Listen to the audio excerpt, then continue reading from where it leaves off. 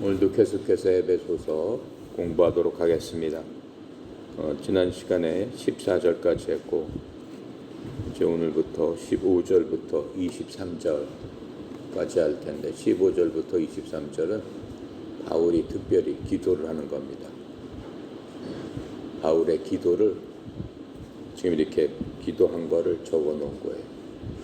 우리가 1절부터 14절까지 보면은 강조했던 게 뭐예요? 강조했던 게 하나님께서 바울을 통해서 우리에게 주신 말씀은 부유해라라고 하는 거죠.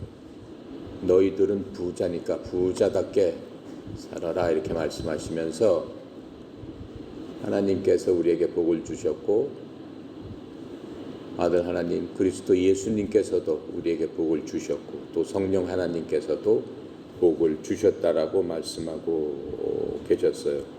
아버지 하나님께서는 어떻게 우리에게 복을 주셨습니까? 우리를 만들기도 전에 우리를 아시고 우리를 예정하셔서 우리 하나님의 자녀 삼아 주시는 그 큰 복을 주셨고 그리스도께서는 우리를 어떤 복으로 복을 주셨다고 그랬어요? 예수님의 보혈의 피로써 우리를 값주고 사셨다고 그랬어요. 우리를 구매했다고 그랬어요. 우리는 예수님께서 사신 분이란 말이에요. 예수님을 통해서 아버지 하나님께서 사셨단 말이에요. 그래서 예수님께서 가지실 그러한 유업들을 나누어 가질 수 있는 그러한 복을 우리가 갖게 됐습니다. 그래서 우리를 하나님의 자녀로서 그러한 복을 나눠 가질 수 있는 의로운 자로서 그러한 복을 주셨고 성령 하나님께서는 우리를 끝까지 봉인했다고 그랬죠. 인쳤다라고 성경에서 나와 있죠.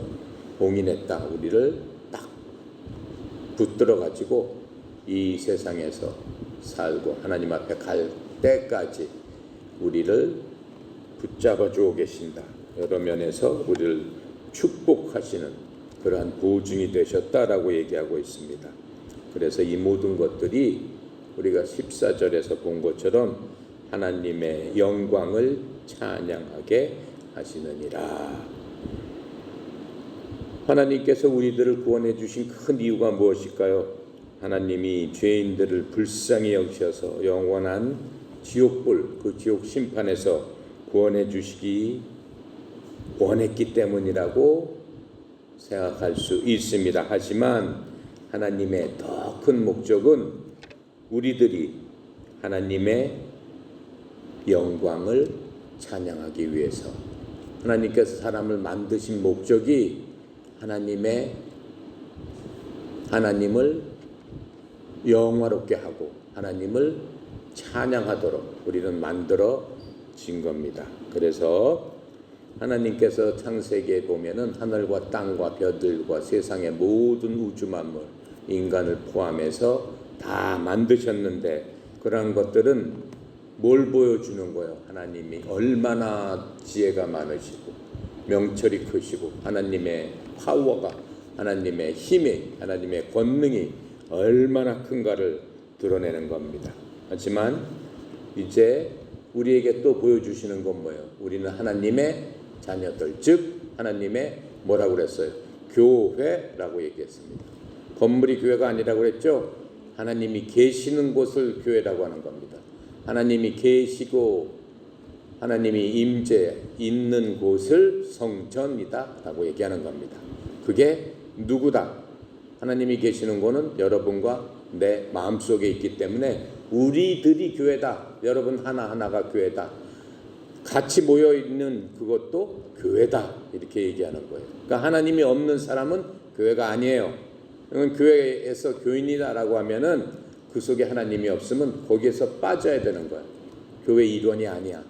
그래서 우리는 하나님의 교회로서 우리 속에 계시는 그 하나님을 알고 그 하나님을 모시고 사는 바로 그겁니다. 그래서 우리의 이 교회는 하나님의 사랑과 하나님의 은혜를 드러낸다고 그랬어요.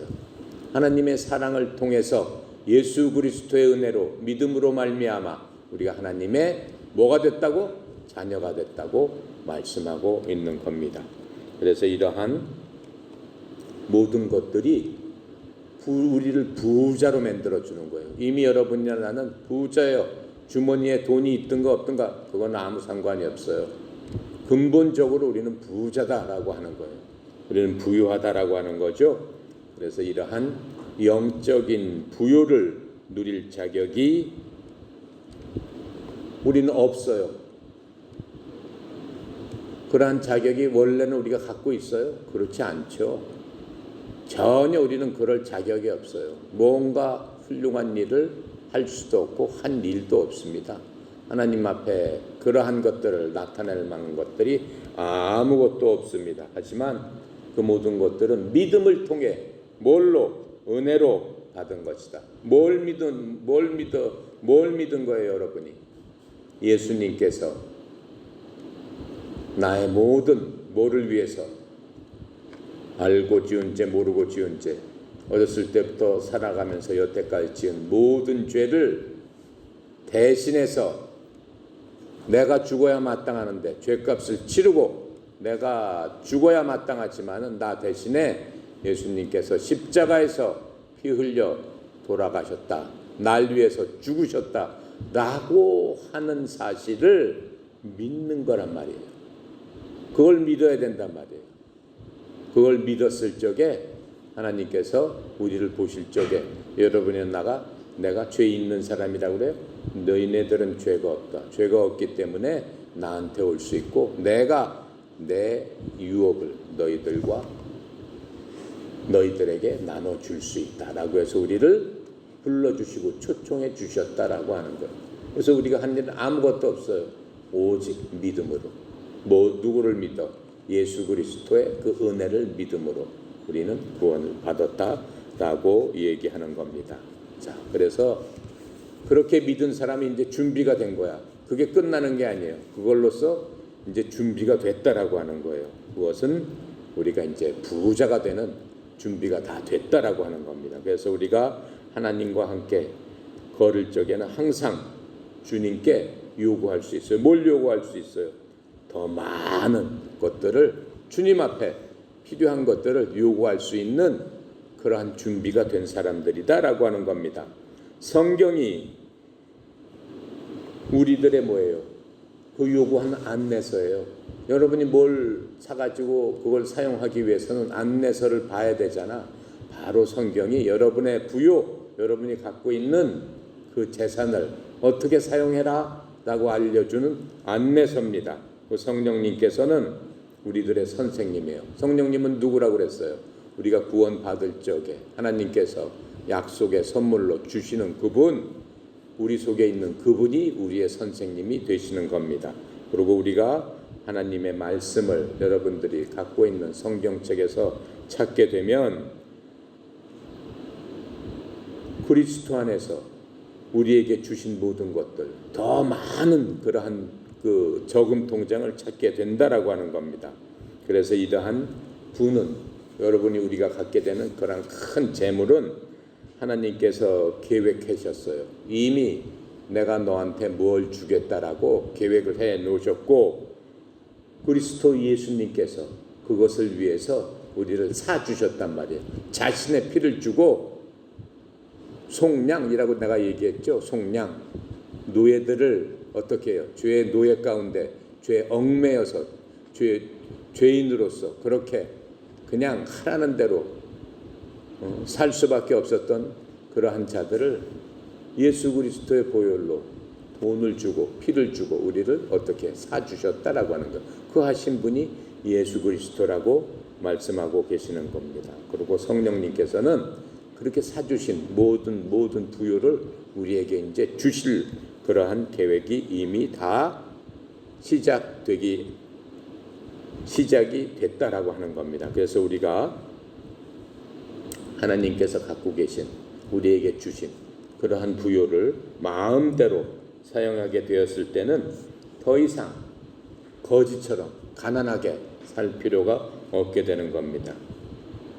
여러분이나 나나 필요한 모든 것들을 무한하신 하나님의 자원에다가 말씀드리면 돼요. 하나님께서 나눠주시겠다라고 했으니까 하나님 제가 무엇이 필요합니다라고 말씀하면 된다라고 하는 겁니다. 그래서 하나님께서 우리에게 약속하신 그러한 모든 것들을 우리가 요구할 수 있는 겁니다. 그게 그리스도 안에서 여러분이나 나나 성령님을 통해서 할 수 있는 바로 기도라고 하는 거예요. 그래서 바울의 지금 이 기도를 우리한테 알려주는 거예요. 너희들은 어떻게 어떠한 자니까 어떠한 기도로 이렇게 해야 된다라고 하면서 바울이 우리를 위해서 기도하고 또 우리에게도 깨달아 알게 해주는 겁니다. 그 기도가 지금 15절부터 23절까지입니다. 바울의 기도를 다 같이 한번 읽고 시작해 보도록 하겠습니다. 자, 몇 페이지죠? 310페이지. 자, 15절부터 23절까지 함께 큰 소리로 읽도록 하겠습니다. 이로 말미암아 주 예수님 안에서 너희 믿음과 모든 성도를 향한 사랑을 나도 듣고 내가 기도할 때 기억하며 너희로 말미암아 감사하기를 그치지 아니하고 우리 주 예수 그리스도 하나님 영광의 아버지께서 지혜와 계시의 영을 너희에게 주사 하나님을 알게 하시고 너희 마음의 눈을 밝히사 그의 부르심의 소망이 무엇이며 성도 안에서 그 기업의 영광의 풍성함이 무엇이며 그의 힘의 위력으로 역사하심에 따라 믿는 우리에게 베푸신 능력의 지극히 크심이 어떠한 것을 너희로 알게 하시기를 구하노라. 그의 능력이 그리스도 안에서 역사하사 죽은 자들 가운데서 다시 살리시고 하늘에서 자기의 오른편에 앉으사 모든 통치와 권세와 능력과 주권과 이 세상뿐 아니라 오는 세상에 일컫는 모든 이름에 뛰어나게 하시고 또 만물을 그의 발 아래 복종하게 하시고 그의 만물 위에 교회의 머리로 삼으셨느니라. 교회는 그의 몸이니 만물 안에서 만물을 충만하게 하시는 이의 충만이니라. 이렇게 말씀하고 있는 겁니다. 이게 지금 바울이 우리를 위해서 우리에게 깨달아 알 수 있도록 하나님께 기도를 하는 거예요. 자, 그 기도에 대해서 한번 알아보겠습니다. 바울은 성경에서 성도들을 위해서 여러 번 기도했어요. 이 에베소서에서도 2번 기도를 합니다. 지금 오늘 읽은 이 구절뿐만 아니라 2장에서도 바울의 기도가 있어요. 그래서 하나님께서는 우리를 부유하게 이제 태어나게 했다는 것들을 우리가 말씀을 통해서 발견했어요. 그래서 여러분이나 나는 더 이상 가난한 자가 아니고 엄청난 그러한 부를 소유한 자다라고 하는 것들을 이제 알게 됐습니다. 하지만 그 아는 것만으로는 충분하지 않다라고 지금 말씀하는 겁니다. 왜냐하면은 만약 우리가 하나님의 영광을 위해서 하나님께서 주신 그 부여를 쓰려고 한다면은 우리가 이 부여에 대해서 하나님께서 주신 그 부여에 대해서 알아야 돼요. 그리고 또 우리가 이젠 더 이상 어린아이가 아니죠. 어린아이들한테 돈을 많이 줘봤자 그 아이가 뭘 하겠어요? 그 돈을 사용할 수 있겠어요? 사용할 수 없죠? 그렇죠? 우리 초등부 선수들한테 엄마 아버지가 1억을 줬어. 1억을 갖고 뭘 하겠어? 1억이 아니라 1,000만을 줬어. 1,000만을 갖고 어떻게 쓸지를 모른단 말이에요. 그러니까는 그것을 어떻게 쓰는지를 아는 것, 그걸 성장한다라고 하는 거예요. 성장할 수 있어야 된다라고 하는 겁니다. 그래서 이 많은 예수 믿는 사람들이 하나님께서 그리스도를 통해 그들 한 사람 한 사람마다 그 사람들 은행 계좌에다가 엄청난 영적 부여를 넣어 주셨지만은 이러한 은행 통장을 살펴본 사실이 전혀 없이 그냥 그리스도인으로 살다가 가난하게 살다가 죽은 사람들이 엄청 많다라고 하는 거예요. 그러니까 우리는 그러면 안 된다라고 하는 거죠. 하나님께서 주신 것을 어떻게 사용할 것인가를 제대로 알고 제대로 사용할 줄 아는 사람이 복받은 사람입니다. 그래서 바울은 이 에베소 교회에 있는 에베소 성도들에게 그리스도 안에서 그들이 가지고 있는 엄청난 부가 무엇인가를 이해를 했으면 좋겠다. 그리고 그것을 잘 사용했으면 좋겠다라고 하는 겁니다. 그래서 그리스도의 삶은 그리스도의 그 사는 데는 두 가지 그 면이 있어요. 하나는 하나님을 향한 사랑과 두 번째는 뭐예요? 사람들을 향한 사랑입니다. 이게 예수님께서도 말씀하셨죠. 율법과 4,000년 동안 많은 사람들이 와서 구약을 갖다가 다 전하고 엄청난 많은 그러한 말씀이 있었는데 그 모든 것들은 하나님에 대한 사랑과 이웃에 대한 사랑이다. 딱 한마디로 얘기한다면 바로 그것이다. 그가 율법과 선지자의 뭐예요? 종합편이다. 예. 그게 계명이다 라고 지금 말씀해 주고 있는 겁니다. 그래서 이 바울도 똑같이 얘기하고 있는 거예요. 그래서 바울은 믿음과 사랑은 하나님에 대한 믿음, 그리스도에 대한 사랑, 하나님에 대한 사랑, 그리스도에 대한 믿음, 이것은 시작일 뿐입니다. 그래서 에베소 사람들은 더 많이, 그것보다는 더 많이 알므로 말미암아 우리가 얼마나 부유한 사람인가, 그 부유를 어떻게 쓸 것인가를 알 필요가 있어요. 그래서 이 바울이 기도를 하고 있는 겁니다. 그래서 바울은 지금 이 기도를 어디서 했어요? 편안한 가운데 한 게 아니라고 그랬죠? 지금 옥에 갇혀 있는 거예요. 로마 군인들이 잡아다가 옥속에다 감옥에다가 집어 넣어놨어요. 근데 그 감옥에서 지금 이렇게 기도를 하고 있는 거예요. 그래서 지금 우리가 본 1장 15절부터 23절하고 다음 장에 보면은 3장 14절부터 21절까지 또 기도를 하고 있습니다. 바울이 마음이 답답하니까 그렇게 하는 거예요. 또 빌립보서에서도 바울이 기도를 하고 있어요. 빌립보서 1장 9절부터 11절까지 기도를 하고 있어요. 이 기도에서도 보면 아주 구구절절히 기도를 하고 있어요. 그거를 내가 잠깐 얘기할 테니까 잘 들어보세요. 바울이 하는 얘기예요. 내가 이것을 기도하노니 곧 너희의 사랑이 지식과 모든 판단에서 여전히 더욱더 풍성해지고 너희가 뛰어난 것들을 입증하며 그리스도의 날까지 성실하고 실족거리가 없는 사람이 되며 예수 그리스도로 말미암아 의의 열매로 가득하여 하나님의 영광과 찬양이 되기를 구하노라 라고 하면서 빌립보서에서도 빌립보 성도들을 위해서 감옥 속에서 이렇게 또 기도를 한 겁니다. 골로새서에서도 또 기도를 해요. 골로새서 1장 9절부터 12절까지는 또 이렇게 기도를 해주고 있어요.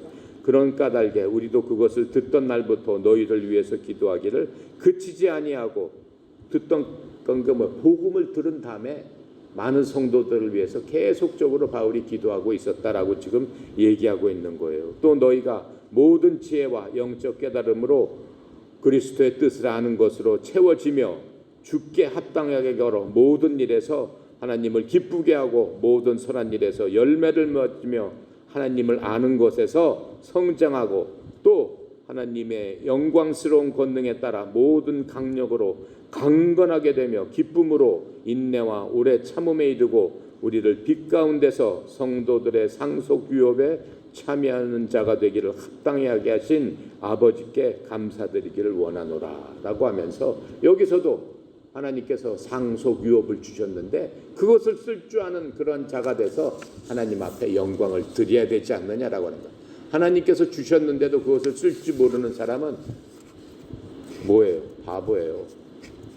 하나님 앞에 영광을 드리지를 못한다라고 지금 바울이 얘기하는 거예요. 근데 이렇게 지금 바울이 기도한 걸 내가 여러분한테 지금 읽었습니다. 근데 여기서 하나님 저한테 돈 많이 주시고 좋은 집 사게 하시고 뭐 그런 얘기 있어요? 전혀 없잖아요. 그런 얘기는 전혀 없어요. 바울은 물질적인 그것을 하나님께 요구한 게 아니고 바울은 뭐예요? 영적인 자각, 영적으로 내가 누군가를 분명히 아는 것이 그 부의 시작이기 때문에 영적인 자각과 진정한 그리스도인의 성품이 뭐예요? 그리스도인의 됨됨이, 그리스도인이 마땅히 해야 될 일들, 생각해야 될 것들, 그런 것들을 하나님 앞에 기도를 한 겁니다. 그래서 바울은 하나님께 그리스도인들이 가지지 못한 것을 돈이 없으니까 돈 주세요. 그렇게 요구하지 않았습니다. 차라리 하나님께서 그들이 이미 갖고 있는 것들을 알려주세요 라고 지금 말씀하고 있는 겁니다. 여러분이나 이미 갖고 있는 것들이 많은데 한 번도 그거를 열어보지 않았어요. 통장에 아무리 돈이 많으면 뭐해? 통장에 얼마 있는지도 모르면은 죽을 때까지 그 통장 그냥 묻어두다가 통장에 있는 것 하나도 쓰지도 못하고 죽게 되는 거죠. 그래서 그렇게 하면 안 된다라고 하는 거예요. 하나님께서 주신 통장을 이 무엇인지 그 안에 무엇이 들었는지 알고 그것을 사용할 줄 아는 사람이 되다 깨달아야 된다라고 해서 바울이 이 깨달음을 위한 기도에 4가지 요구한 게 있어요. 우리들한테 4가지 요구한 게 있는데 그 4가지 요구한 거를 우리가 깨닫기 전에 뭘 알아야 돼? 2가지 우리는 중요한 사실을 알아야 돼. 2가지 사실은 뭐야? 하나님의 자녀가 됐으면은 2가지가 이제 이미 있는 거예요. 근데 많은 사람들이 그것조차도 모른다라고 하는 거예요. 그래서 그 2가지에 대해서 먼저 우리가 이해를 하고 깨달아야지만 바울이 기도에서 4가지를 요구하는 것들을 우리가 알아들을 수 있습니다. 첫 번째, 깨달음은 어디로부터 온다는 거예요? 인간의 생각으로부터. 학교에서 공부 많이 하고 뭐 책을 많이 읽고 세상의 모든 것들 지혜가 뛰어나고 그렇게 해서는 하나님을 알 수 없다라고 하는 거예요. 하나님께서 주신 게 어디 있는지 아무리 백과사전 찾고 인터넷 찾아도 나오지 않는다라고 하는 거예요. 그럼 어디서부터 알을 수 있다는 거예요? 성령님으로부터 온다라고 하는 거예요. 그러니까 성령님이 안 계신 분들은, 안 계신 사람은 애당초에 깨달을 수 없다라고 하는 거죠. 근데 성령님은 누구가 받은 거예요? 하나님께서 구원받을 적에, 우리가 그리스도를 나의 구원자로 믿었을 적에 거저 주셨다. 그래서 그 성령님은 어디에 계신다? 믿는 우리, 구원받은 우리 마음속에 계신다라고 하는 거예요. 그분께서 그것부터 일단 깨달아야죠. 성령님이 어디 계신지 알아야지 성령님께 구할 거 아니에요. 그리고 내 속에 성령님이 계신지 안 계신지 알아야지 성령님께 구할 거 아니냐라고 하는 거예요. 자, 그래서 성령님으로부터 오는데 그분은 여러분과 내 속에 그 성령님이 계신다라고 생각을 하고 믿고, 이제 잘 들어보세요. 그 성령님은 지혜와 계시의 영이시다라고 이렇게 해요. 우리에게 지혜를 주고, 여러분이 지혜롭기 위해서는 그 성령님께 구해야 되는 거야. 그 계시라는 건 뭐예요? 밝히 알려준다라고 하는 거예요. 밝히 드러내 주신다라고 하는 거예요. 그런 분이다라고 지금 얘기하고 있어요. 성경에서는 분명히 그렇게 말씀하고 계세요. 이사야서, 구약 이사야서 11장 2절에 이렇게 말씀하고 계세요. 주의 영, 성령님을 얘기하는 거죠. 곧 지혜와 명철의 영이요, 계략과 능력의 영이요, 지식과 주의 두려움의 영께서 그 위에 머무시며 라고 말씀하고 있는 겁니다. 하나님이 두렵다라고 생각하게 해주는 것도 누가 알려준다는 거예요? 성령님께서 우리 속에서 알려주신다라고 하는 겁니다. 또 요한복음 14장 25절 26절에 보니까 내가 아직 너희와 함께 있으며, 예수님의 말씀이에요. 이것들을 너희에게 말하였거니와 위로자 곧 하나님께서 내 이름으로 보내실 성령님, 그분께서, 성령님께서 너희에게 모든 것들을 가르치시고 내가 너희에게 무엇을 말하였든지 너희가 모든 것들을 기억나게 하시리라. 예수님께서 2000년에 말씀하셨던 거를 우리한테 가르쳐 주시고 우리로 하여금 기억나게 해주신다라고 지금 말씀하고 있는 겁니다. 여러분이 성경을 읽게 되면은 그 성령님께서 바로 이 말씀대로 여러분한테 작동을 하기 시작합니다. 과연 그렇게 되나 안 되나 알려면 어떻게 해야 돼? 여러분 뭘 해야 될까요? 뭘 해야 돼? 뭘 해야 될지 모르겠어? 성경을 읽어야지. 성경을 읽으면은 알려주신다고 그랬잖아. 정신을 집중해서 성경을 읽어야 돼. 여기서 한글 모르는 사람 있어 없어? 한글 모르는 사람 손 들어. 한글 아는 사람 손 들어. 그럼 읽어야지. 읽어봐. 그러면 이제 알려주기 시작하는 거야. 그래서 사람들이 그냥 인간의 생각으로, 여러분이나 나나 그냥 이 자연적인 생각으로는 하나님의 일을 이해할 수 없습니다. 하나님께서 도대체 왜 이런 일을 하시나 이해할 수 없어요. 그건 왜 그래? 하나님이시기 때문에 그래요. 우리는 이해를 못해요. 왜? 우리는 인간이기 때문에. 왜? 우리는 하나님께서 만든 그러한 자이기 때문에. 만드신 분의 그 생각을 어떻게 이해를 하겠느냐라고 하는 거예요. 깨닫기 위해서는 바로 그분, 우리를 만드신 분 중에 한 분인 그 성령님이 필요하시다라고 얘기하고 있어요. 그래서 고린도전서 2장 9절부터 16절에 보면은 10절에 이렇게 얘기하고 있겠어요. 그러나 하나님께서는 자신의 영으로 즉 성령님으로 우리에게 그것들을 계시하셨으니, 그것들이 뭐예요? 하나님의 생각들, 그런 모든 것들을 계시했다, 알려주셨으니 성령님께서는 참으로 모든 것 즉 하나님의 깊은 것들을 살피시느니라. 하나님께서 앞으로 어떻게 하실 거다, 나에 대해서, 그렇죠? 내 앞날에 대해서, 모든 것에 대해서 깊은 것까지 알려주시겠다라고 합니다. 여러분 알고 싶습니까? 여러분 앞으로 어떻게 될까 알고 싶어요? 뭘 읽으면 돼? 그렇지, 하나님을 만나면 돼. 성경은 바로 하나님이에요. 하나님을 만났을 적에 알려주는 거지, 하나님을 찾지 않는 자에게 하나님 알려줄 수 있어요? 없어요? 없어요. 그냥 꿈속에서 알려주세요. 안 그래요. 왜? 성경을 통해서 이미 말씀하셨기 때문에 하나님께서 네가 성경에서 나를 찾으면 내가 너를 만나주리라, 이렇게 말씀하셨기 때문에 여러분이 찾으면 되는 거예요. 난 앞으로 어떻게 될 것인가. 여러분 결혼 안 한 사람도 많으니까 내 남편은 어디에 있나, 내 부인은 어디에 있나 알고 싶어요? 찾으면 알려주신다고 얘기했어요. 찾아보세요. 그래서 성령님은 말씀으로부터 하나님의 진리를 완전히 밝혀주신다고 했어요. 그렇게 하고 또 우리에게 지혜를 주셔서, 여러분에게 지혜를 주셔서 그 말씀을 이해하고 또 그 말씀대로 살 수 있도록 힘을 주신다고 말씀했습니다. 또 진리를 갖다가 여러분들이 삶 가운데서 실천할 수 있도록 힘도 주신다고 했어요. 그거 자체가 엄청난 부요다라고 얘기합니다. 그건 세상 사람이 가질 수 없고 우리만 갖고 있는 하나님께서 주시는 엄청난 부요다라고 얘기하는 거예요. 부요가 있으면서도 나는 그냥 되는 대로 살겠습니다 라고 하면 할 수 없겠죠. 두 번째, 이러한 모든 깨달음, 이러한 깨달음은 믿는 사람들의 어디서부터 나온다? 마음속으로부터 나온다. 이게 엄청 중요한 얘기예요. 지금 성령님께서 어디에 계신다고 그랬어요? 마음속에 계신다라고 얘기했습니다. 그래서 우리가 교회고 우리는 성전이다, 하나님이 계시는 곳이기 때문에 우리의 몸과 마음을 어떻게 해요? 깨끗하게 한다, 거룩하게 해야 된다. 그래서 하나님께서 뭐라고 했어요? 내가 거룩하니까 너희도 거룩해라. 무슨 얘기예요? 내가 네 속에 있으니까 내가 있는 곳이 거룩해야 되지 않겠느냐.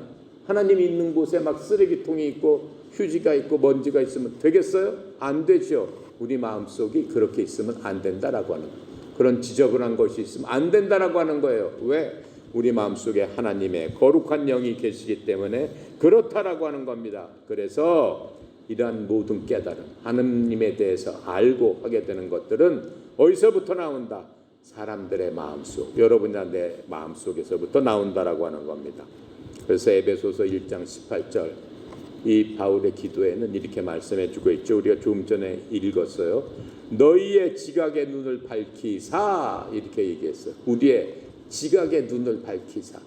지각이라는 게 뭐예요? 깨달아 아는, 그런데 눈이 있다라고 하는 거예요. 그 눈을 밝히사 하나님의 부르심의 소망이 무엇이며 왜 하나님께서 나를 부르셨을까? 왜 내가 시간도 없는데 이렇게 앉아서 하나님의 말씀을 듣게 만들어 주셨을까?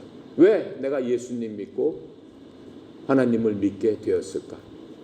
그 믿는 까닭에는 무언가 소망이 있단 말이에요. 그 믿음을 통해서 무언가를 얻으려고 하는 그러한 마음속에 희망이 있다라고 하는 거예요. 부르심의 소망이 무엇이며 성도 안에서 그분의 상속 유업의 영광이 얼마나 풍성하며 우리에게 이미 주신 하나님의 무한하신 그 자원, 그 부요가 얼마나 풍성한가를 깨달아 알게 해주신다라고 하는 거예요. 근데 영적으로 깨달아 알 수 있는 거예요. 왜 그래? 우리는 하나님의 자녀인데 무슨 자녀예요? 영적인 자녀예요. 그래서 이 구절을 그냥 이 말대로 읽으면 너희의 지각의 눈을 밝히사, 즉 너희 마음의 눈이 밝혀진다라고 하였는데, 우리 마음이 사람의 어떠한 부분에 속했다라고 생각해요? 감정적인 부분에 속해 있는 거죠. 마음이 왜요? 우울하다, 마음이 기쁘다. 어떻게 여러분들 마음이 기뻤어요? 슬펐어요? 우울했어요? 어땠어요? 기뻤어요. 왜? 기쁘니까 기뻤죠. 마음이 기뻤단 말이에요. 그렇죠? 마음이 우울할 때도 있고, 마음이 짜증날 때도 있고, 뭐 마음이 화가 날 때도 있고, 그렇단 말이에요. 감정적으로 감정에 속해 있다라고 생각합니다. 하지만 성경에서는 그렇게 얘기하지 않아요. 마음은 어떻다라고 하는 거예요. 우리의 속 사람을 의미한다라고 얘기했어요.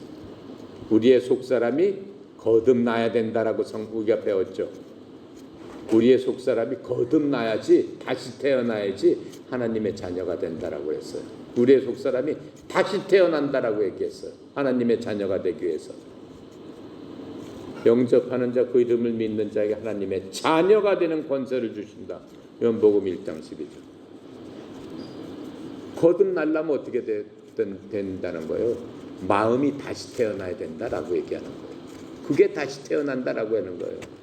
그렇게 예수님께서 얘기했더니 어떻게 해요? 율법학자 중에서 아주 유명한 사람이 물어봤잖아요. 예수님, 도대체 그게 무슨 말씀입니까? 내가 엄마 뱃속에서 다시 태어나야 된다는 얘기입니까? 이렇게 물어봤잖아요. 여러분도 그렇게 지금 마음속에서 생각이 들었죠? 니고데모랑 똑같은 생각을 한 거예요. 그랬더니 예수님께서 그렇게 대답한 사람한테 뭐라고 얘기해요? 네가 그렇게 위대한 학자면서도 지금 그 말도 모르느냐? 하면서 친절하게 가르쳐 주셨어요. 네가 다시 태어난다는 것은 엄마 뱃속에 한 번 태어났고, 두 번째 뭘로 태어난다는 얘기냐?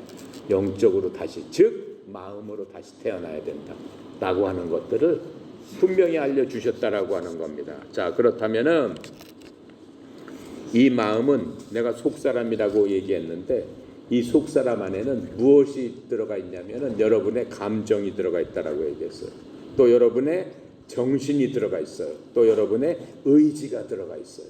그 모든 것들을 합해서 마음이라고 하고 있습니다. 근데 이 속사람인 마음, 이 하트는 어때요? 육체적인 감각과 대칭되는 거예요. 대칭돼서 영적인 능력을 갖고 있습니다. 그래서 이 마음은 굉장히 파워가 센 거예요. 여러분이 거듭나게 되면은 엄청난 파워를 갖고 있는 하나님의 자녀로 태어나게 되는 건데, 이 속사람의 특징은 어때요? 육체적으로 여러분들이 세상을 알아볼 적에는 뭘 갖고 알아봐요? 여러분이 나를 볼 수 있어. 내가 여기 서 있는 걸 볼 수 있어. 뭘로? 눈으로. 여러분이 지금 내가 얘기하는 거를 들을 수 있어. 뭘로? 귀로써. 여러분이 어저께 맛있는 거 먹었다. 뭘로 알 수 있어요? 입으로 알 수 있는 거예요. 그렇죠? 뭘 만져봤다. 아, 이게 부드럽구나, 딱딱하구나. 터치를 해서 알 수 있는 거예요.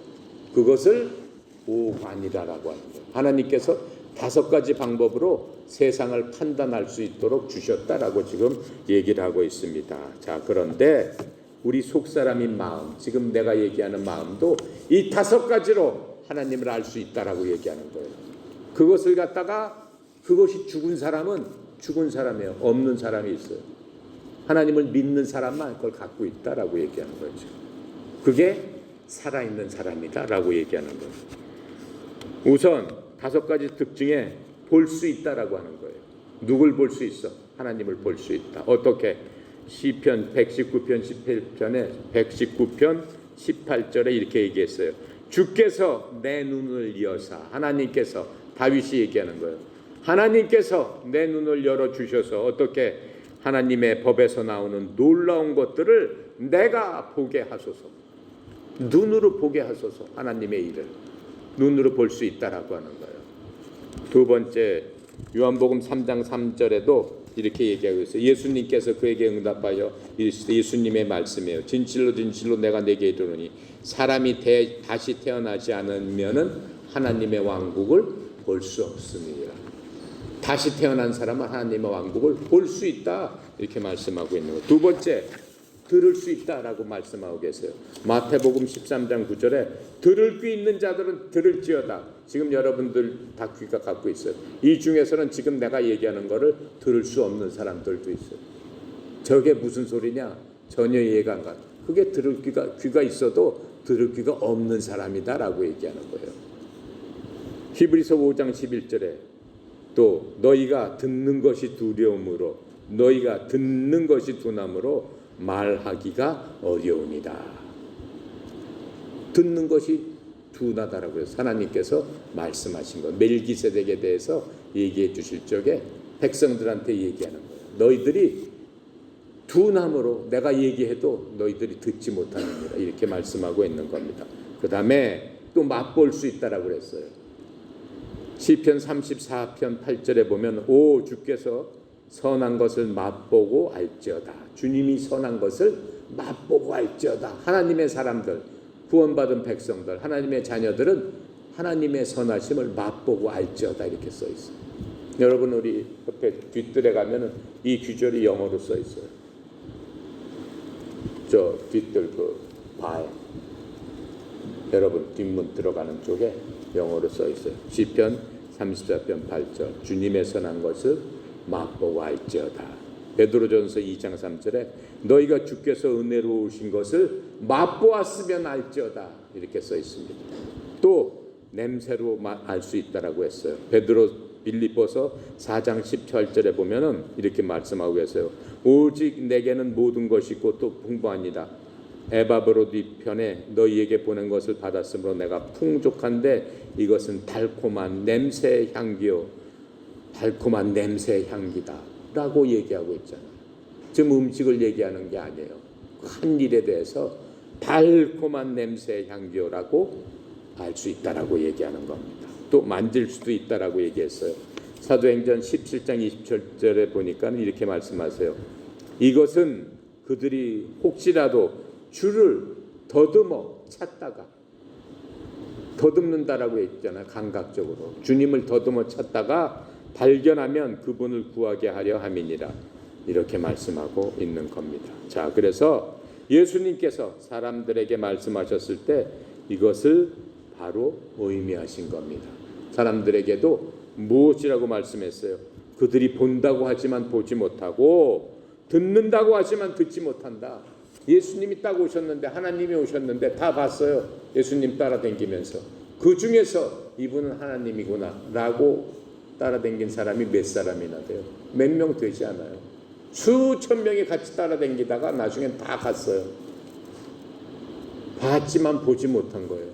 예수님께서 직접 3년 반 동안 제자들 데리고 엄청난 말씀을 해주셨어. 하나님께서 직접 말씀을 해줬지만 다 들었지만 그 사람들이 다 이해했어요? 이해를 못했어요.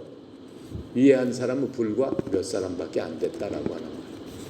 자, 그래서 이 영적인 일, 이 모든 것들을 보지 못하고 이해할 수 없는 것은 사람의 지식이 부족해서 공부를 안 해서 그게 문제가 아니고 무엇이 문제예요? 마음이 문제다라고 하는 거예요. 그래서 우리들의 마음의 눈은 하나님의 영에 의해야만 열려서 볼 수가 있다라고 하는 겁니다. 그래서 성령님께서 우리에게 이 마음의 오관을 통해서 하나님을 알게 하고 하나님 앞에 가까이 갈 수 있도록 해주신다라고 하는 것들을 지금 우리가 성경을 통해서 알았습니다. 우리 모두 어떻게 해야 되겠습니까? 하나님을 믿고 하나님을 열심히 찾을 적에 성령님께서 우리를 충만케 하심으로 말미암아 하나님을 알 수 있도록 해주신다라고. 그렇게 모든 것을 주셨는데 그것을 갖다가 찾지 않으면 어린아이와 같다라고 그랬어요.